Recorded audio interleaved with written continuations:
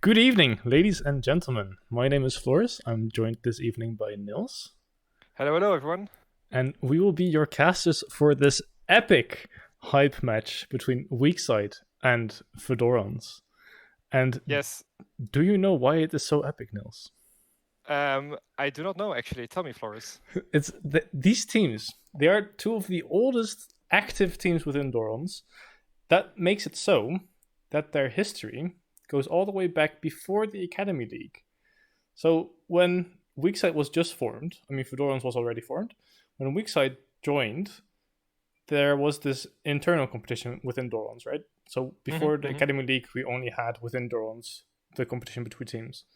Now, Weakside won nearly every match except against Fedorans. Ooh, so there's a So big rivalry going on here. exactly. So the unstoppable force that was Weakside met an immovable object in Fedorans. And so they really are on the same level since already years back. And they still are on the same level as we've seen because they're both in Division 3. They're on the spot 3 and 4 in Division 3. And last match that they faced off in the Academy League, they played one on one. Oh my God, that's as close as you can get, basically. Exactly. I don't think there's a bigger rivalry or a bigger or two teams that are on such a same level as these two teams. Yeah. Usually, when there's a long-standing rivalry, then at some point players swap out and one team overtakes the other and gets the upper hand more often. But in this case, I would like to know actually the all-time record between them, but I don't think we can get that. That's true. I mean, we could go through it by hand, maybe if the site is up to date, but I'm not sure about that. Do you think the players would actually are they all the same players on both teams since the start or no? Very good question. So Fedorans has had the same players for almost 3 years now, I think, or even more than 3 years. So Hmm. that's actually where the personal rivalry starts here, and this is the story about that. So when the support of Weakside, Lotus, joined Dorans for the first time, he tried out for Fedorans, but he got Oh, Fedorans ultimately went with Gold Prince Darius, who is now the support ooh. for Fedorans. And The then rejected support coming back for vengeance. That's an awesome storyline, dude. exactly, so there's this personal rivalry as well in the bot side here in this match between the supports. But Exactly. ever since that point, so Fedorans has had the same team for 3 years, and they've consistently played a very uh, signature comp, let's say. And Hmm.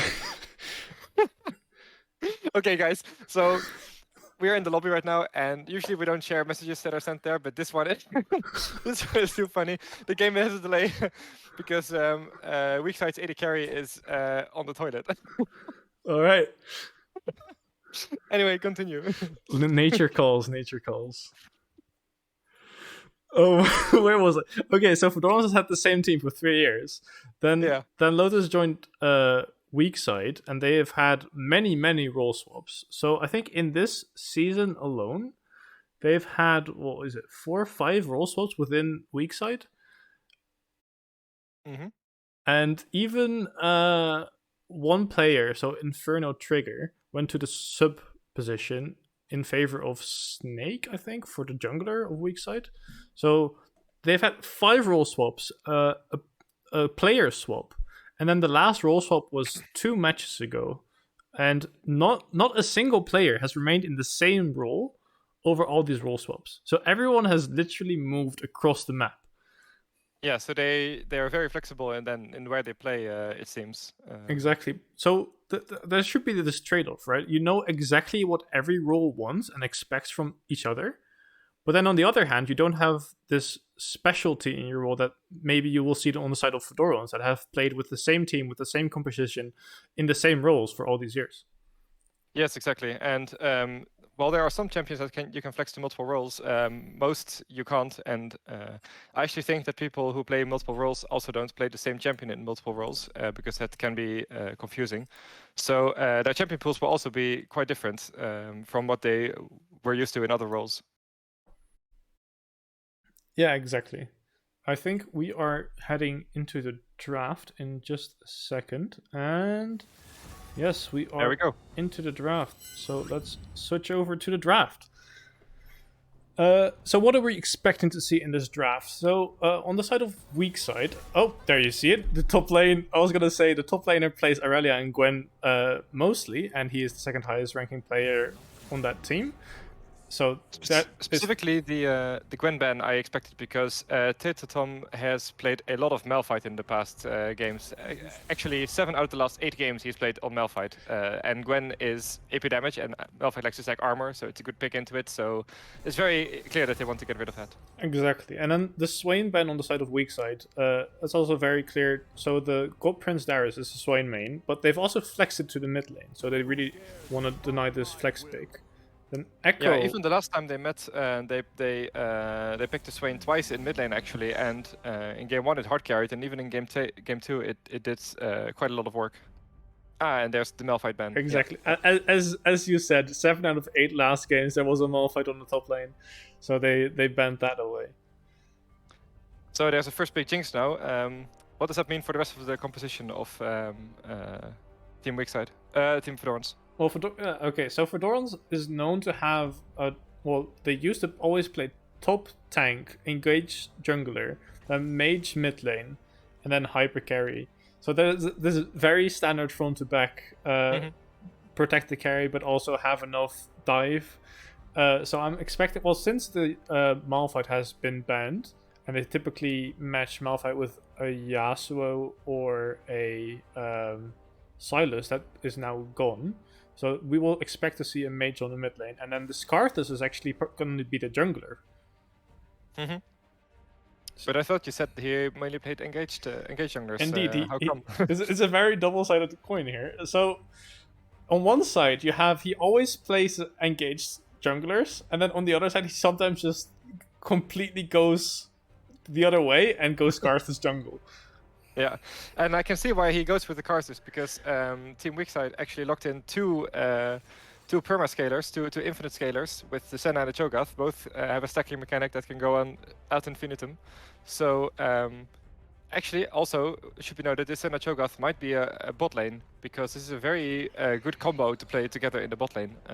So I'm expecting it to go there, but maybe they will flex it up. I think you're actually correct. I think in maybe their last match or the match before, Weakside actually did play Senna Cho'Gath bot lane, and 3 out of the 4 matches that they played with Lotus on support, he has played Senna. Ah, okay, so he is indeed a big Senna enjoyer, so this could very well be well, it has to be either a bot or a mid lane, because we just said that the top laner plays a lot of Aurelia, right? Indeed, yeah. So top lane, the Silence player. Why do we not see the names on the right, but we do see it on the left? Okay.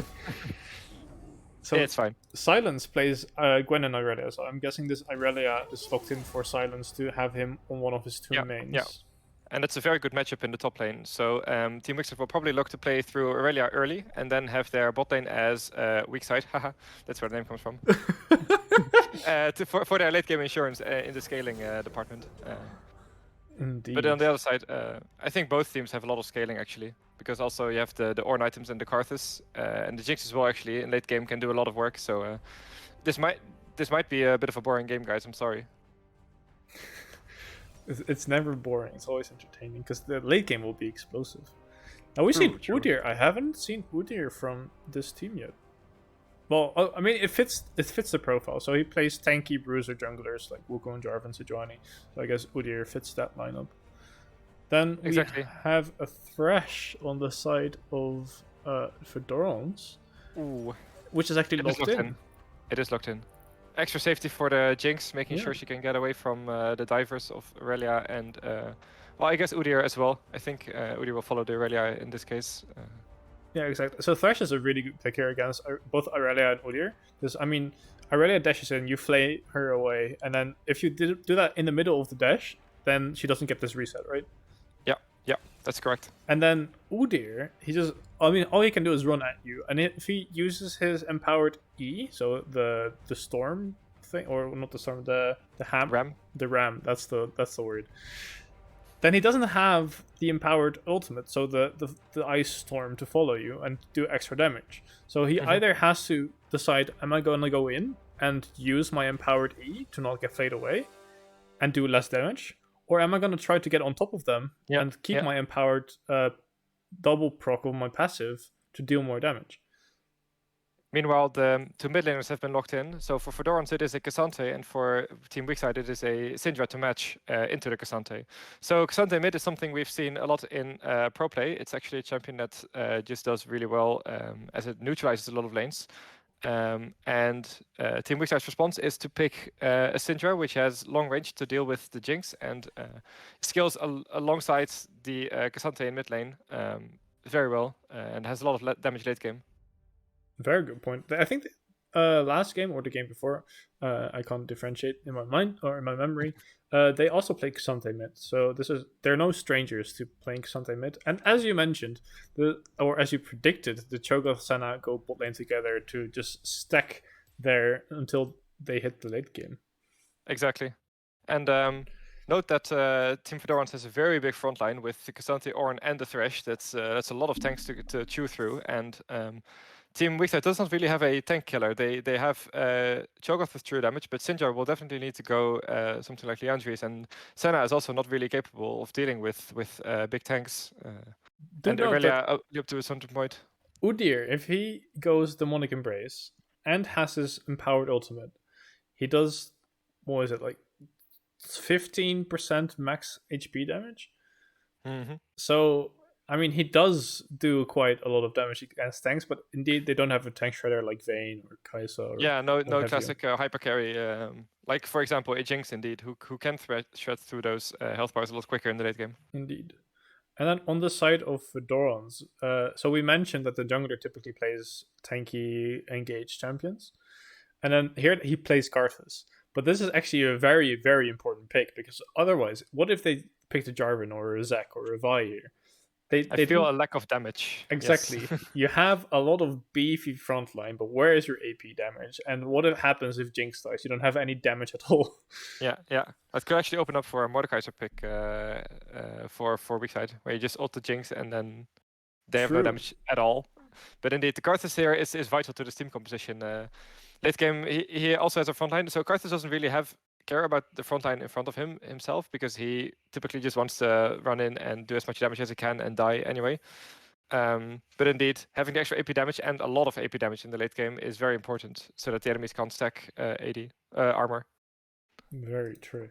So what do we hope to see in this match? So again, for the people that just tuned in, there is not only a very long-standing history between these teams, there's a personal rivalry here on the bot lane. So the support of Weakside he tried out for FeDorans, but the current support of FeDorans was chosen over the support of Weakside. So he then joined another team to become rivals. Exactly.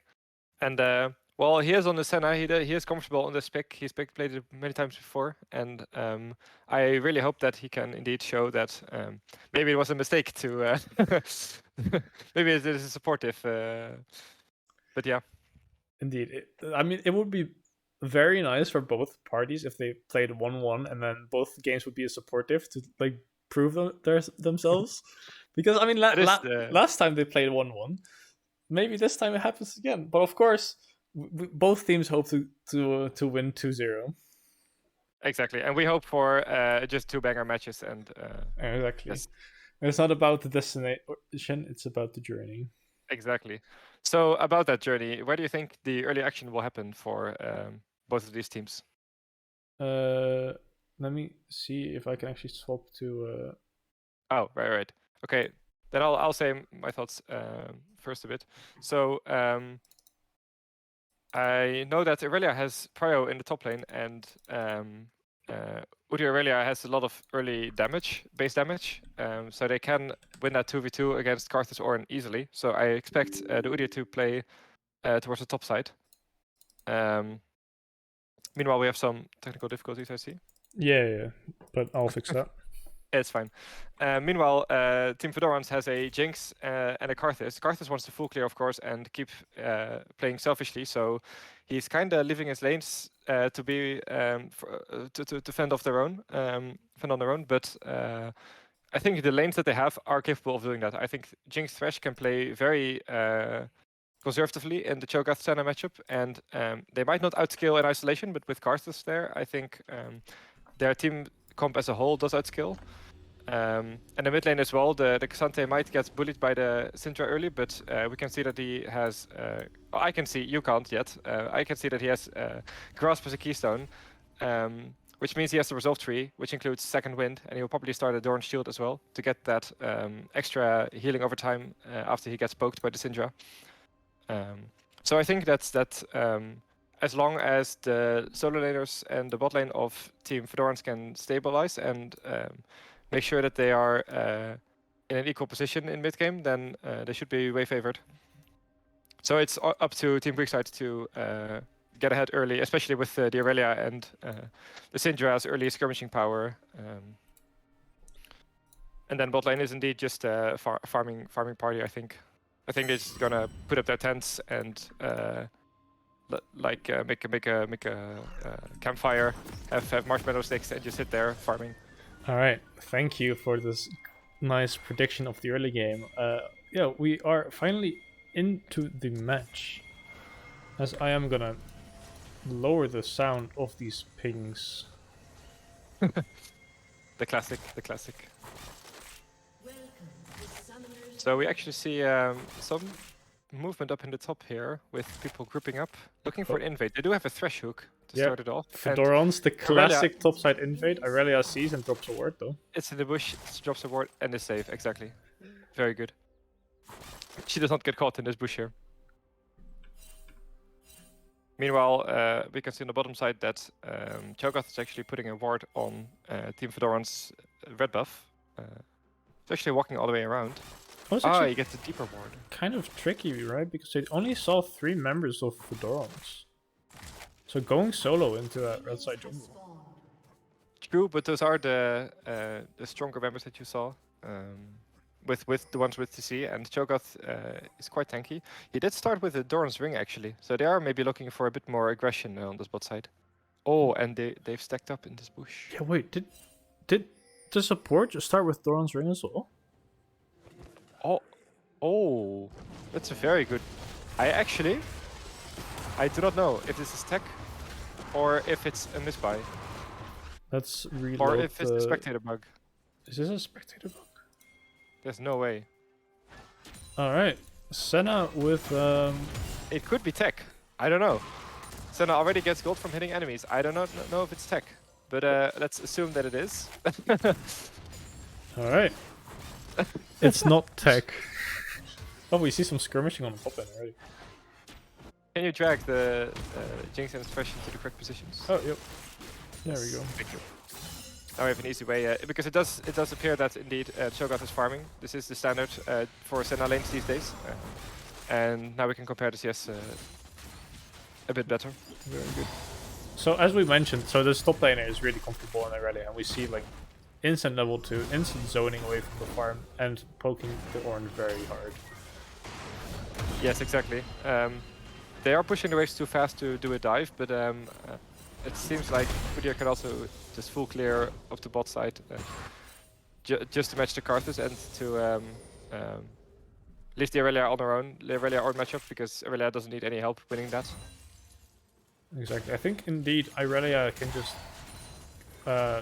snowball this lane by herself. Maybe not snowball, but at least get ahead, and then Udyr might look to get this bot lane ahead. But the same goes for Karthus. So this bot lane is really the late game power of both teams, where the junglers might be looking to get them ahead, and Aurelia is going for some nice poke.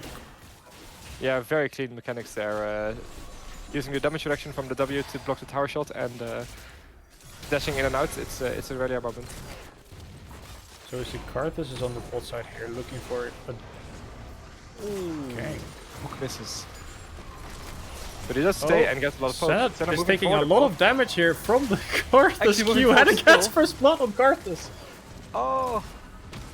You would say that early Karthus gangs are not very effective, but if you have such a Thresh Lantern just pulling you all the way to their tower, what can you do? Yeah, and Senna was magnetized. Those Qs, they followed her. She kept managing to hit a lot of Qs there to do all the damage that he needed to. Oh, Udyr, meanwhile, getting knocked into the tower, flashing forward from the Cassante and actually gets a kill.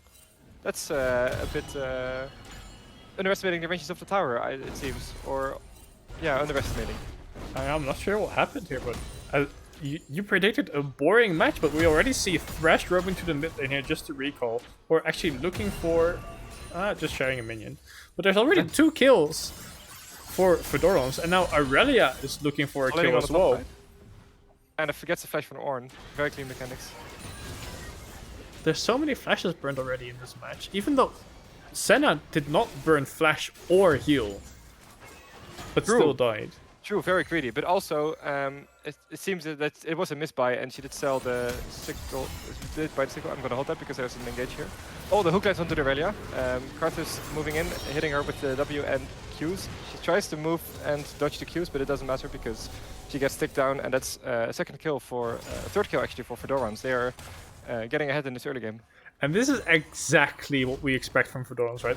They've played together for years, and you see that the jungler and support just go hand in hand and just go all over the map to just get kills. I mean, Thresh is on top side on level 3. Yeah, he only needs his base abilities, and then he has enough to do it. Oh, actually, Team Weakside is running in. They're engaging on the Ornn, but it seems like he has the Lantern to get out, and he will be safe. But meanwhile, on the bot side, actually, there is a 2v1 kill. With Thresh leaving Jinx alone, she is not safe from the Rapture and the Senna combo.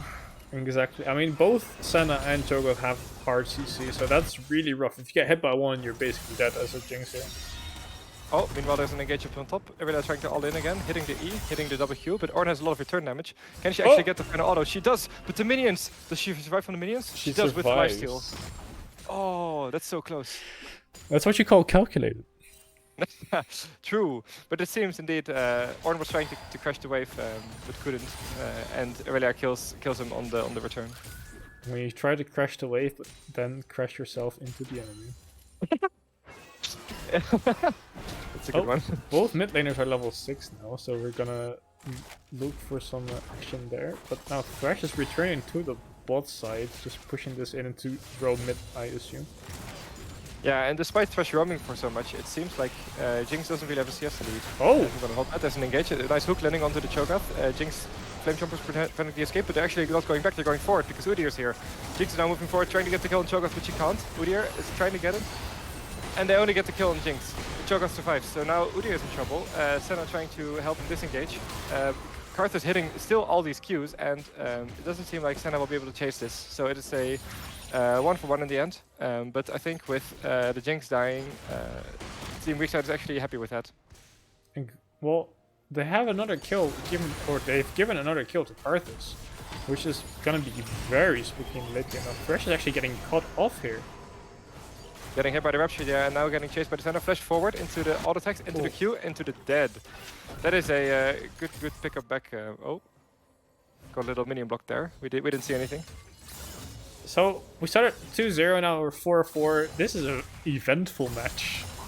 Yeah, I was very wrong when I said this was going to be a boring farming matchup in the bot lane. Just because they have scaling champions does not mean they want to wait and play safe until they can scale. Oh, there's an engage on mid lane. All out actually from the Cassante. dashing onto the Syndra, now dashing again. All the Qs. Udyr's here to save, and Scatter the Weak actually gets Syndra to safety. And now still she didn't have to burn. Oh, she did burn the flash. But for the Ghost is a short cooldown we call worth. The all out. Oh, but Jinx Rocket barely misses the Syndra. Oh. From the minimap there. Yeah. I would have said it would. I would have guessed it would hit. Exactly, but she barely managed to. Let's call it a sidestep. Let's call it a sidestep. Yes. Oh, Udyr bot again. Yeah, Udyr looking for another gank. Thresh actually hacks, flashing out, throwing the lantern. Oh! Jinx gets interrupted by the Rapture during the lantern. Oh no! Oh! That was either very unlucky or very well timed by the Cho'Gath. You could see the Thresh instantly deciding, okay, we're not fighting this. I'm walking away to throw the lantern so you can get to safety as well. And then Cho'Gath was like, no, I see what you're doing, and I'm not having any of that. Yeah, but very good call from the Thresh to indeed Hex Flash in the bush and get as far away. Actually, Team Weakside started with the Dragon, but Senna tried to fight. They split call, and Senna actually gets caught by the Karthus. This Karthus is really getting fed. This is very dangerous for Team Weakside. But Dragon goes to Weakside nonetheless. Yes, and it is a Mountain Drake, which is very useful for all these tanky members on both sides, actually. Exactly. I expect that having Mountain Drake not on FeDorans is more important than having Mountain Drake on Weakside, honestly. Yeah, good point, good point. And next Drake is going to be the Chemtech Drake, so the sold will either be Infernal, Ocean, or Hextech, which are all pretty good Drakes. Oh! Or Cloud. Or Cloud, I forget Cloud each time. So there is a bad soul in there, but yeah. Oh, well, Cloud is amazing for Udyr because it procs on all his abilities. Oh, another Thresh. Flash in from Thresh. He lanterns Karthus in. Karthus goes for the Senna. Meanwhile, Cho'Gath accepted his fate and just walked forward. And that's a shutdown actually. He had a shutdown, which also goes to the Karthus. He's now really fed. I assume he will be able to pick up his entries when he backs. And this is quite unexpected to happen there, because Cho'Gath is the first to buy a mythic item. So you'd expect you are the first to have a mythic, you are the first to have an active item. You can now look to get something on the map, but instead they got him. Yeah, with the 3v2, Udyr is being was on top side and is now on the Herald. They're actually in the numbers disadvantage, so it doesn't really matter that you have your mythic, because even though you're stronger individually, with that extra person matters so much. Indeed. Now you know, in the mid lane, moving away. Yeah, she's safe with her Scattered Weak. That's all right. I gotta say, this Thresh is playing absolutely beautiful. He's all over the map, really playing along with his jungler and just creating opportunities for FeDorans. Yeah, exactly. Unfortunately, that does not mean that Jinx has an XP lead in the bot lane for being alone so much. Oh, all in top lane. It seems like Ornn is way too tanky for Rally to take down. This will just be a big trade. Ornn losing a lot of HP, but he'll be fine. He can craft himself more HP. So how does he ever die? Just craft him up a little bit. Oh, Xante popping the ghost. Oh, that's actually a big commit. Yeah, the ult backwards into the Karthus. Just a lane gank into mid. That's not something you see very often. But actually, Team Weakside are going to counter this with the dive on the top side. Very clean executed. There's no way Ornn can get out of this one. And with both the Herald popped and Ornn dead, they can take a lot of plates here on the top side. Oh, now the junglers meet actually. Yes, Karthus has a slow, but Udyr has a speed up, so it cancels out and Udyr can just walk away. Now we see Xante backing, probably picking up a mythic. Oh, as Cho'Gath is getting flayed, but Thresh is getting knocked up. Oh, into the Cho'Gath feast!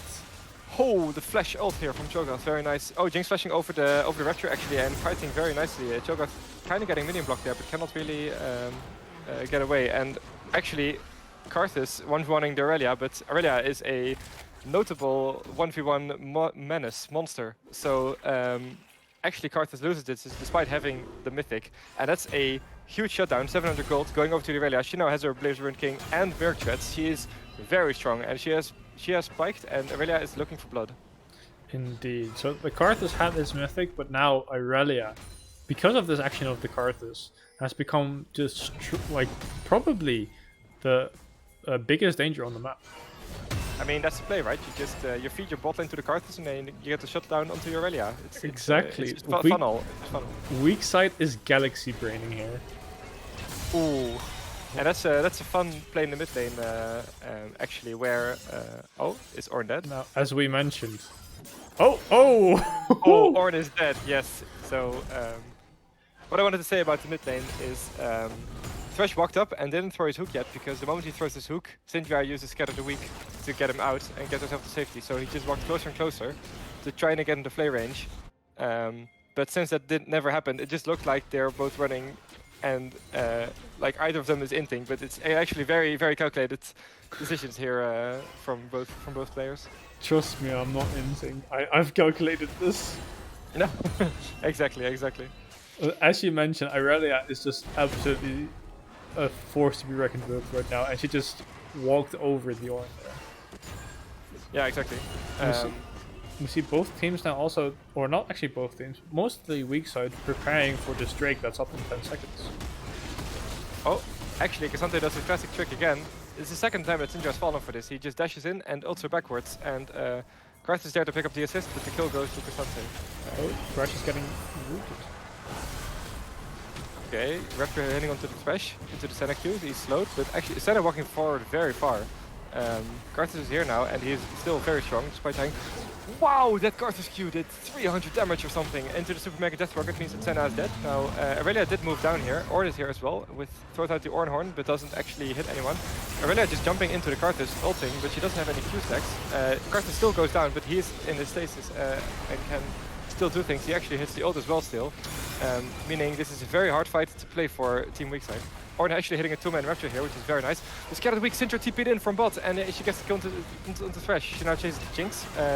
Flash Q ults, and that takes care of the Jinx. Juggernaut is still here. And now there's actually a numbers advantage for Team Weakside, meaning they can probably get the Drake. Ooh. This was all over the place. So first you would say FeDorans was winning this fight, and then with the Syndra teleport, with the Senna ult coming in to save the Udyr from the Karthus ult, it just completely turned in favor of the side of Weakside, which can now pick up the second Drake of the game. Yeah, so despite having a pick on the Syndra in mid at the start, there was a nice engage, and Aurelia being very strong in this game helps a lot. Indeed, Weakside managing to turn the fight beautifully, waiting for the Syndra TP. Indeed, it looked catastrophic for Weakside as Syndra was literally killed the second dragon spawn. Yeah, exactly. And despite Karthus being a lot of value, even if he's dead. Oh, okay. Actually, earlier going for the dive? No, okay, she's not going for this. So, despite Karthus being still very strong when he's dead,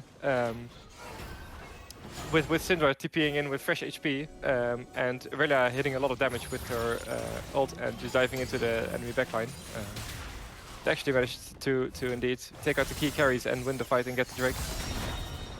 Oh. Is Aurelia's fine. Aurelia's doing Aurelia things, it's fine. Feels spooked by the Xante. Oh. Yeah, mid lane's fine now also. This is just some trading. Just poking. So what's next for both of these teams?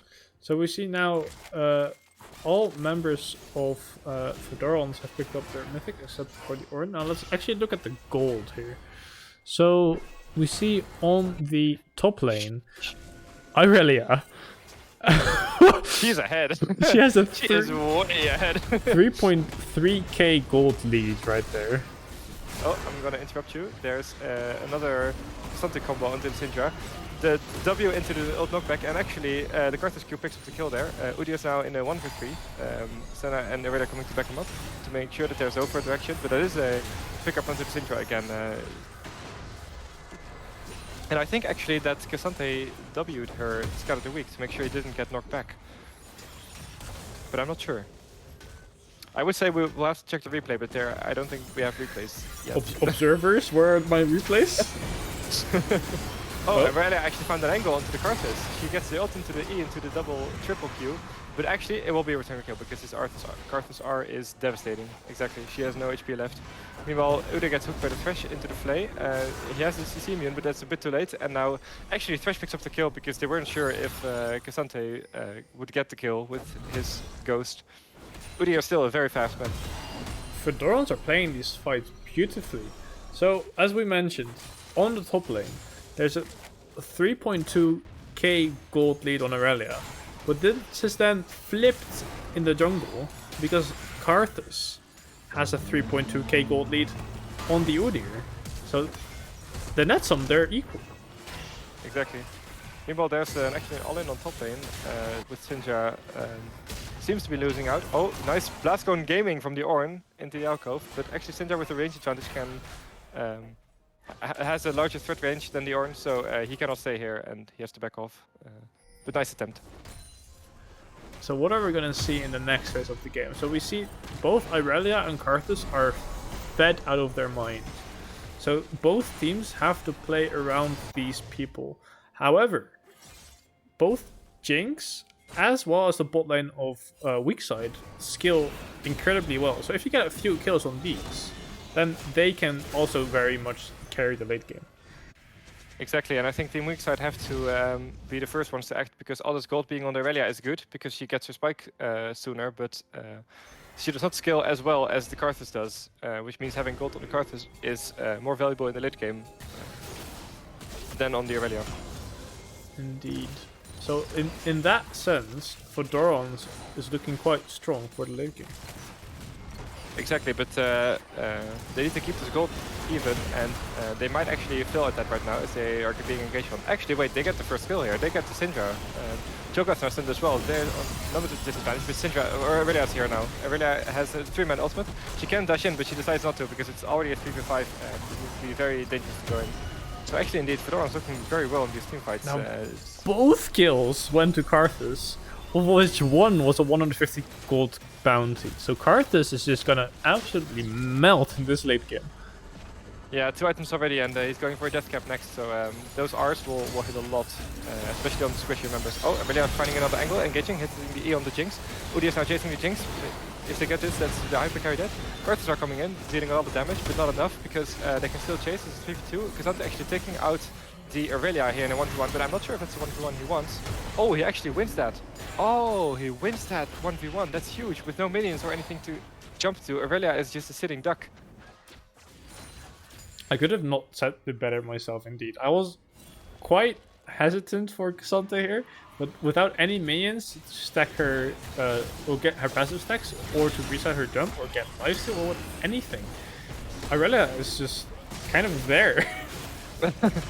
Yeah, exactly. And after the second fight, which was a 3-4-1, that means that there's another disadvantage on Team Weakside, so they do get the Drake. So now they have a soul point, which means that Team FeDorans will have to fight the next Drake.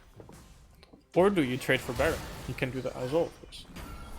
True, but I think Soul for Baron, Baron is a temporary buff and Soul is a permanent buff. And Soul on champions like Syndra and Senna and even Aurelia, who gets a bunch of AD as well, is very dangerous. If the temporary buff lasts as long as the game lasts, then it would be permanent. No, but I mean, if they can finish with the if they can finish exactly. with the Baron, then I guess it's the same value as a permanent buff. True, but they do not need the Baron to finish, because I think their siege with Karthus and Jinx is pretty decent. But yeah, they're actually all sprinting towards Baron because they think that FeDorans is on there or don't. Yeah, so there wasn't any vision on the side of Weakside around the Baron, and now we can just see some classic Baron dance vision wars going on here. Exactly. Time to sacrifice pinks to the pink ward god. Exactly. So both supports just spending that gold on pink wards and using their sweepers just to deny enemy vision. But we see actually the side of FeDorans, Thresh has quite some vision score there. He's really getting that vision for his team. The 2 per minute, exactly. Yeah. Oh my god, this damage from the Cho'Gath is insane. I was like, this is a tank 1v1. Surely this is just a wet noodle fight, but Cho'Gath is indeed, well, full AP, almost full AP. Is going, it seems, Demonic or Bright Eyes second. Oh, as FeDorans starts this Demonic. Baron. Oh, they just started off. Okay, interesting, interesting. Will they flip it? Or they don't have a blast cone on the side of Weakside or a vision plant, so they would have to face check, but... So they popped down one ward to check whether they were doing it, and they're doing it, and now they're just clearing the ward, and now he gave away the information that they stopped doing it. Exactly, and they do not continue it. It's just they try to sneak it to the... Oh, engage onto the mid lane. They get the mid tower, Team Weakside, but Horn is not followed up on. Meanwhile, Udyr is running into the Karthus, but taking a lot of damage in return. Aurelia actually finding the flank onto the Karthus and getting the kill. Karthus actually will ult here. Does he get to Udyr? He does not get to Udyr, but that's so much damage. He actually gets to Syndra. Oh, that's insane. And meanwhile, Aurelia is caught in a 1v2, but actually Aurelia is known 1v2er. Oh, not in this case though. Not in this case indeed. But it seems like Kazante wants this 1v3. Wait, hello? Okay. Kazante, what are you doing now? Thresh is in this 1v3 alone and gets picked I think he up wanted to by trade Weakside. kills. I think he wanted to trade the Senna and Udyr kill and knew that he couldn't get the Cho'Gath, but unfortunately he does not. So it is a full ace for Team Weakside, and with Oh my god, Udyr sustained on the Baron. That's insane. They can just do this Baron, even if they have a little low damage with the Senna Cho'Gath. So But they have 2 smites as well. The complete 180 that happened there. FeDorans looking to take the Baron, deciding to back off in favor of taking the fight, and then getting aced by Weakside that now got the Baron. Yeah, exactly. I think the Aurelia flank onto the Karthus did a lot here. Taking out the Karthus, meaning that he doesn't have to sustain DPS. He did have a lot of damage, actually, with the R, but that wasn't enough to carry the fight, because, like we said from the start, if Karthus is dead, then Jinx is the only carry, and Jinx is kind of behind at the moment. And if she can't hit, then there's no real way for her to carry these team fights. She can't hit, doesn't do any damage. Exactly. And She now actually also went for the Mortal Reminder second. That's interesting. you can see Dragon is up in 1 minute, so both teams are looking to get this Dragon side vision, with FeDorans just walking into the jungle. Oh, and Thresh actually hitting a hook of the Senna with 2 Karthus Qs, meaning Senna's already almost dead. That's insane damage. You really have to be careful in these late game fights, but Karthus actually gets taken out as well. Karthus not actually having... Oh, he does have the ult. I missed that. I thought he didn't... he chose not to ult, but this means that Weakside have a better position for the Dragon now. Also getting the bonus AD and AP from this Baron buff, meaning they are a bit stronger than Team FeDorans might expect. Exactly. So you saw that Aurelia just going in for the Karthus directly and then picking up the second kill on the Thresh. However, Karthus was still there doing damage, so Aurelia got out with like just a sliver of health. Yeah, exactly. With all the lifesteal, she just has to hit someone to make sure she's able to sustain herself through. Indeed. So and now despite the Dragon is actually spawned, so Weakside is just picking up this soul point or soul Drake for nothing. Yeah, exactly. The fight was actually way before the Drake even spawned, so they had to wait a bit for the Drake to spawn.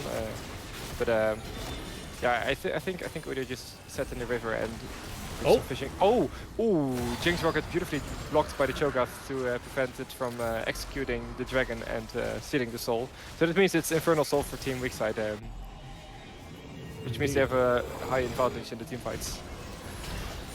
So Weakside now has Infernal Soul, which is going to be good for Aurelia to get these picks up in the fights, but also for just the overall damage, which Weakside might be lacking a bit in these fights against such a tanky team in FeDorans. Exactly, but the good news is that Aurelia can sustain through the damage of the tanks. So if you take out the carries in Karthus and Jinx, then and Aurelia is still alive, or Udyr, then the fight should be won generally. So they really will have to look for a good flank onto those carries. It's important to note maybe that no flashes are up on the side of Weakside, and Karthus has exhaust. So if Karthus gets jumped by Aurelia, he can just exhaust her, and then Aurelia, if she doesn't have any means to jump to, is kind of just slow and has to walk. Exactly. So Team Weakside actually in mid lane trying to get to this tower, but their Baron buff is just run out, or is almost running out. It has just run out. So that means that the siege will be a bit more difficult, because they have 3 melees and then Senna Syndra, which is not the worst, but it's with the wave clear that Team FeDorans has, it is hard to break these towers open. And we just see Weakside trying to push this mid lane as Aurelia is splitting bot side. However, the wave clear on FeDorans is just too big to get this tower, and given that they don't have the Baron buff anymore, they're not really getting to this tower. Exactly, so we can see Syndra moving up top, and actually the 2 tanks of Team FeDorans, namely Ornn and K'Sante, are taking their turns having to deal with Aurelia. So Ornn was just dealing with Aurelia and clearing the wave while taking a lot of poke from her, or trading damage. And now it's K'Sante's turn to hold a few waves while Ornn has reset. You take care of her. He wanted to reset. Exactly. Your turn. Now Karthus is here for the backup. Actually a TP for the Ornn as well. But now Thresh is in no man's land, getting caught by the Senna Cho'Gath. And he flashes over the wall. Ah, okay, he has a Blast Gun. I was about to say, but he's stuck between a rock and a hard place, but he has a Blast Gun to get out. Meanwhile, in bot lane, Aurelia and K'Sante are going at it. Aurelia actually still having a stack on the K'Sante, not anymore, and gets all the back in the tower range. Karthus is here as first backup. alongside the Ornhorn, meaning that Cassante will win out on that 1v1, which is not a 1v1 anymore. Exactly. There's so much action in this game. The prediction of it being a very boring game, I'm happy that it was wrong.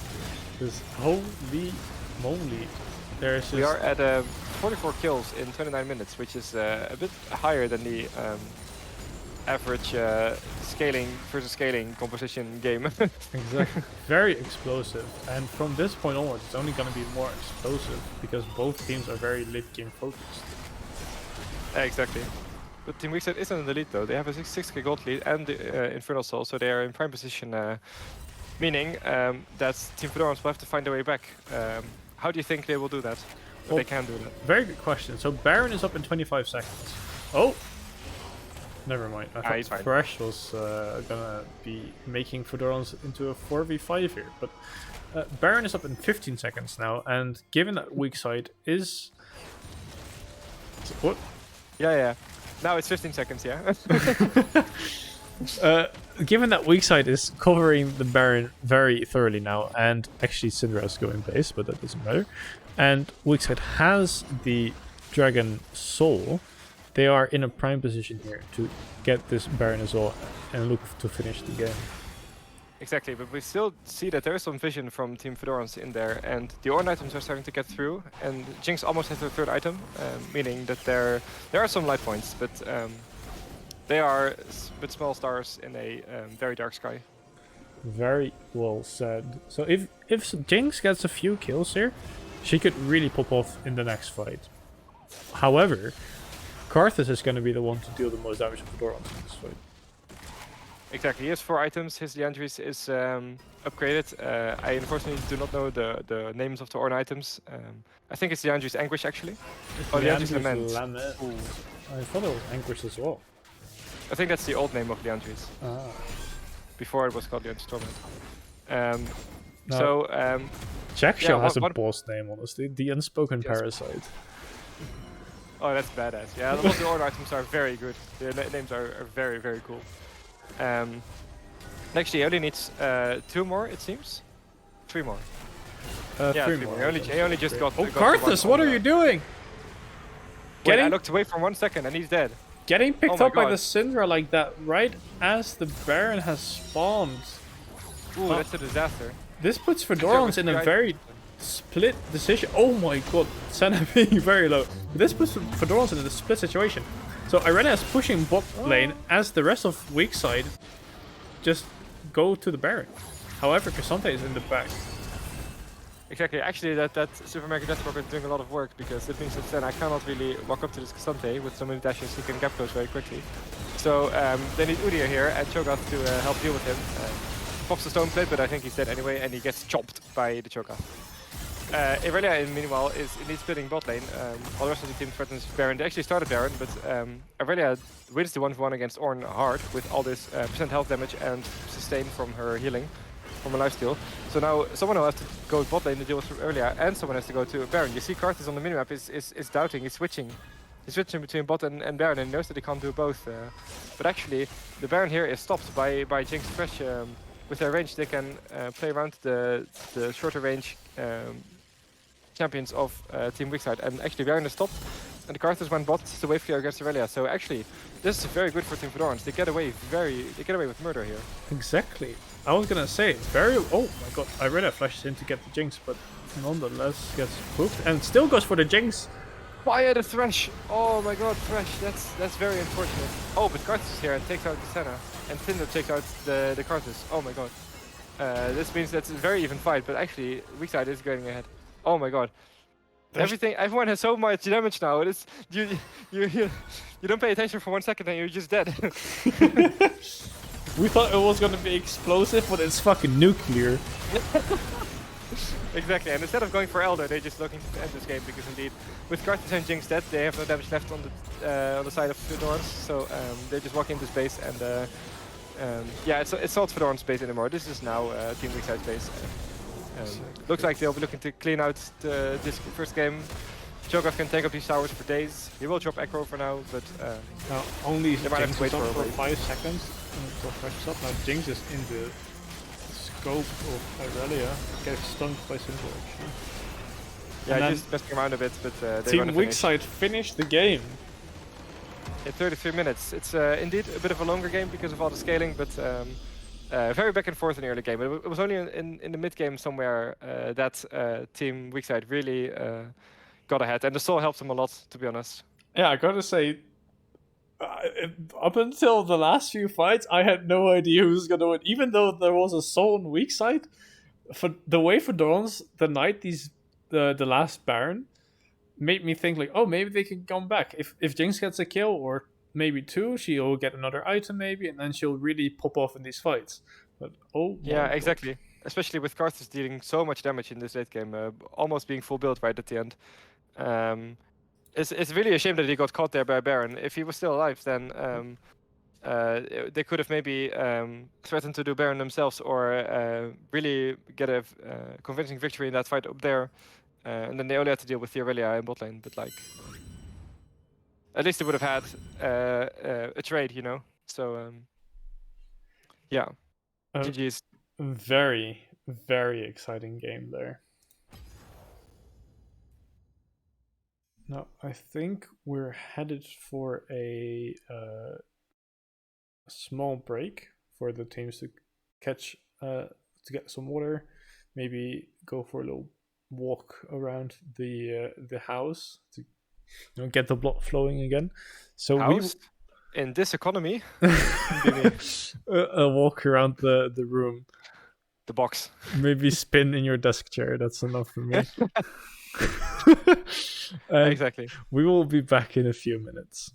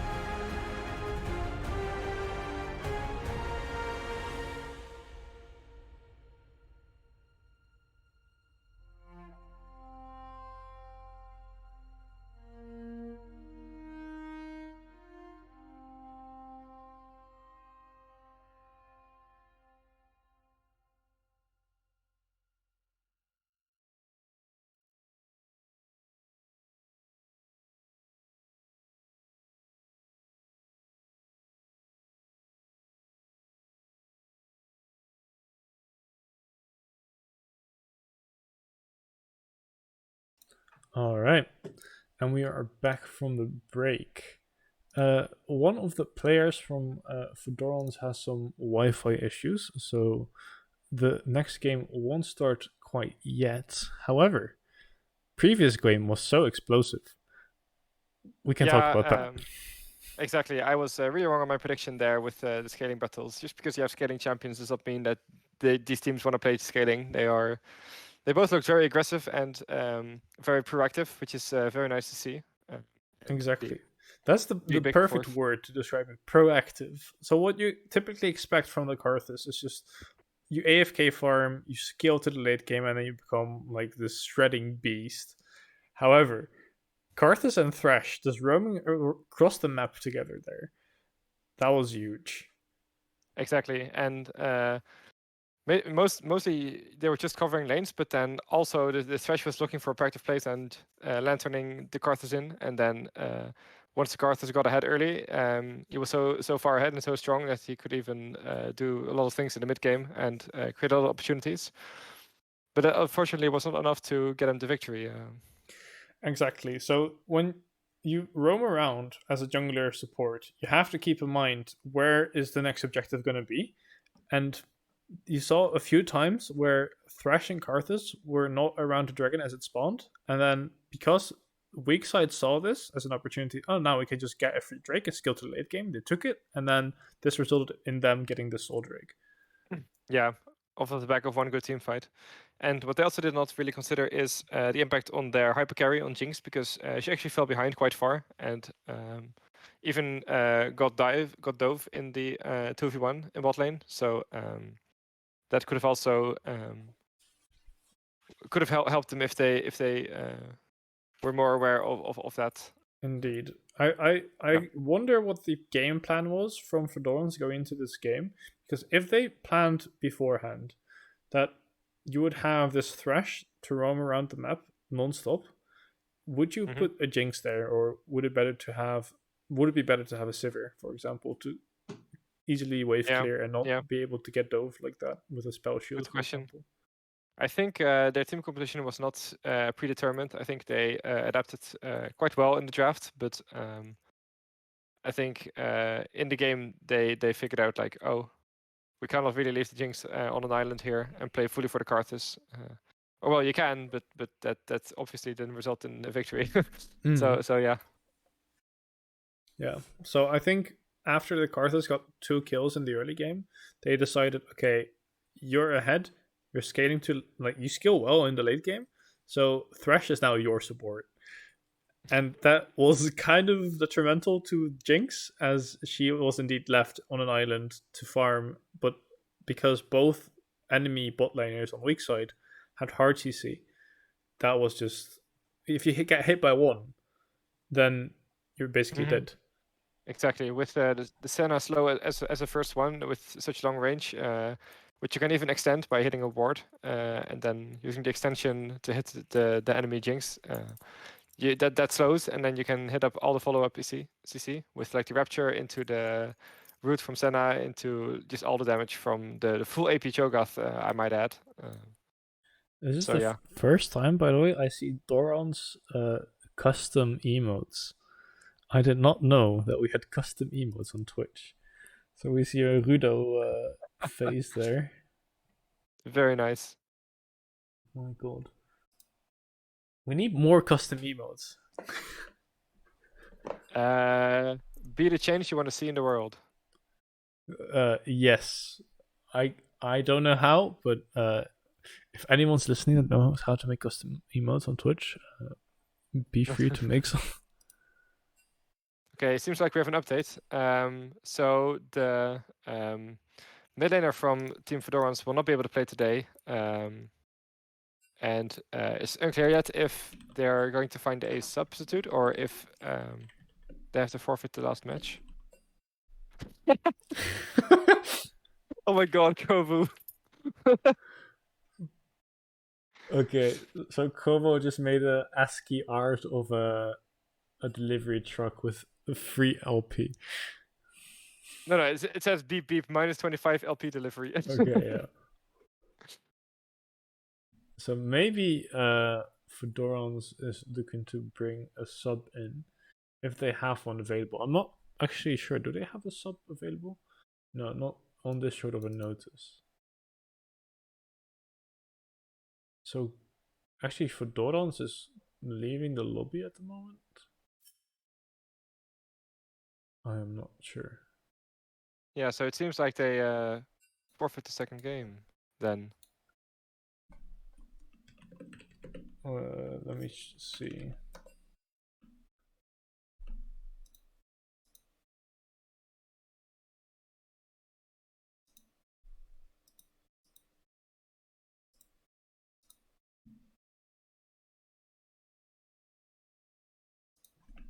Are you actually allowed to postpone only one game of the two?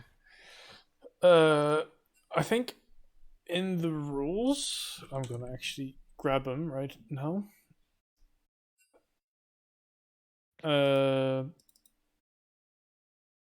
Surely it's mentioned.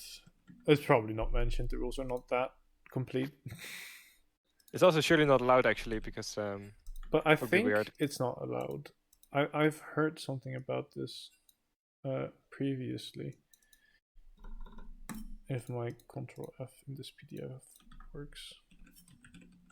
Maybe if you type reschedule right, then Yeah, but I couldn't change. No, it doesn't say anything about rescheduling a single match.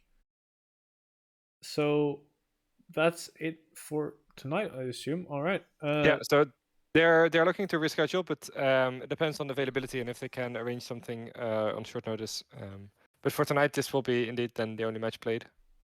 And then let's see if we can get someone in there for the interview. Actually, the captain from Weakside already went offline.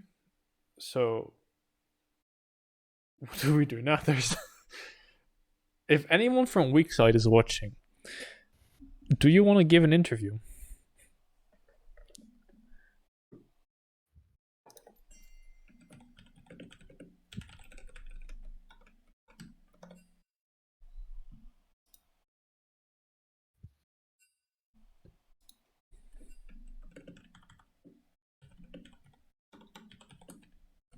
Okay, let's swap to the Doran's Discord. There, Cho'Gath will be in for an interview. Yes. So let's go to a chill room. Yeah.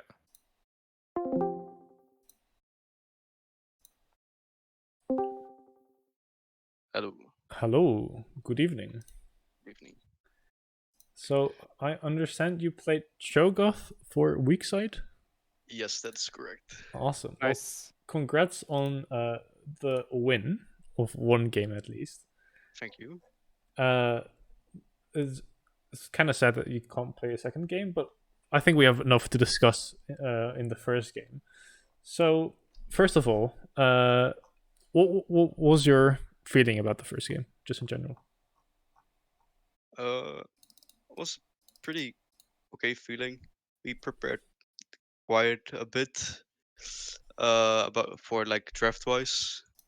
We think we were pretty confident going into the game. Of course, the cards got a bit fat. That was not the plan, but we managed to just play it out, punish their mistakes, and yeah, it's kind of weird how that game went into our direction in the end. I feel like. Yeah, I feel like the Infernal Soul helped a lot. Oh yeah, for sure, for sure. The dragons were really nice. We're really lucky that they didn't really contest them. I was surprised by that a bit Mhm. because they have Orn. They have like what else did they have? Sorry, the game already kind of owned. Like Yeah. it's let's see. No, exactly. Well, I think to I can remember continue that. on this point, actually, there were two instances where Jinx Rocket was very close to Drake, where you actually blocked the Jinx Rocket from getting the Drake. I think that was unintentional. I think I got fresh hooked at that time. So he pulled me away. So thank you.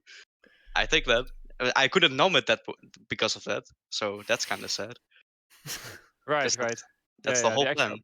extra objective control with Cho'Gath, Devour, and the Smite together. Yeah, it's pretty big. It's, So this AP Cho'Gath, I assume you've practiced this a lot. Can you tell us a bit about the pick? yeah, it's in combination with Senna, it's just really strong. You have Senna just scaling up for free, while you have Cho'Gath that is basically holding the lane for the Senna to get online.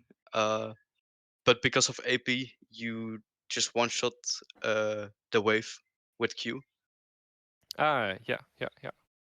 Nice. So they can that way they can never really get any good shove in, because the moment the wave gets too big, I just Q and then half the wave just disappears. Good So point. Yeah, exactly. that And it that turned out makes well it for you. really easy to play. I think most people actually go Comet, but that's I think, in my opinion, that's just a wrong rune to go in the double matchup. Wait, what Because rune did you go again? I went, I think it's Guardian. Yeah. I went Oh, Guardian. You can also go Spellbook, but I'm not that confident with it, so I just go Yeah. to Guardian. So whenever I get hooked or something, or like I'm standing on top of my carries, whenever they take a bit of damage, I'll just proc it, and then we can play the game just way easier. that's very interesting. You said on my carries. So in principle, so Senna took a support item, but how do you view this lane? Do you view you as the support and Senna as the carry, or how do you go about that? Well, in laning phase, I would say I am just basic. Like, you play it, you farm, but I would say it's more focused on supporting. Of course, I deal a lot of damage, which is very nice, but it's not the main reason you pick it. You pick it so Senna can just get a free lane and then skill. To So neutralize yeah. opponent So lane. Yeah. like early game, I would say I am kind of carrying the lane, right? Because I have knockups, silence, slows, and of course when I get 6, I have like a burst true damage. Mm-hmm. And then with Senna, you could just poke them for free. So I would say in laning phase, Senna is more of a supportive role.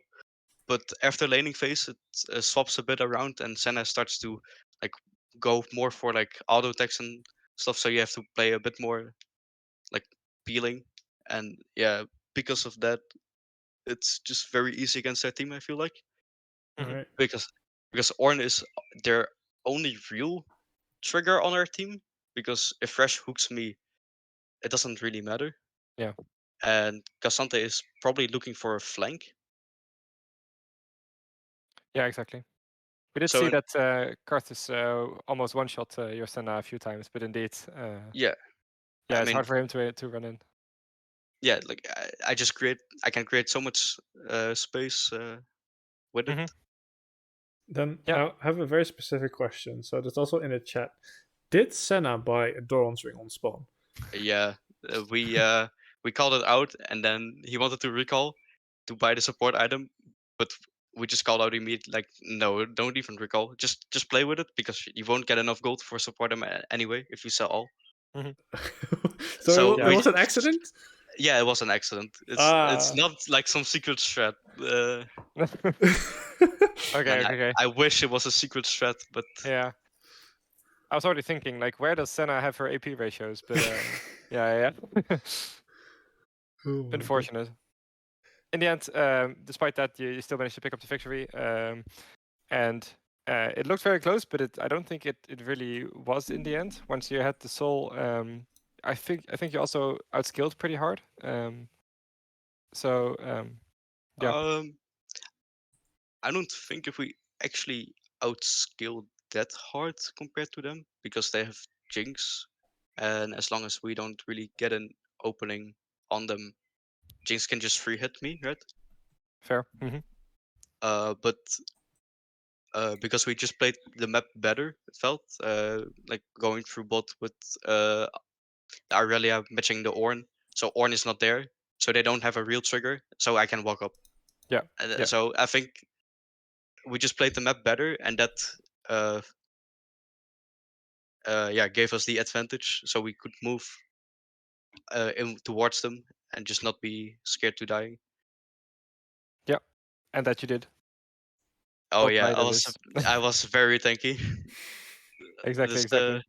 it happened, I think, like a few times now, where it just hyper accelerate into the game. It's people do not expect the Cho'Gath. Yeah. Yeah, exactly. All right. Okay. Thank you for the interview. I hope that there will be a second match for you guys because I'm very curious. The first game was a banger, and I actually wonder if we'll be able to stream that one too. Depends a bit on the availability, of course. Yeah. So yeah, good luck on your future matches, and Thank you. hopefully until next time. Yeah, thank you for the interview. No problem. Awesome.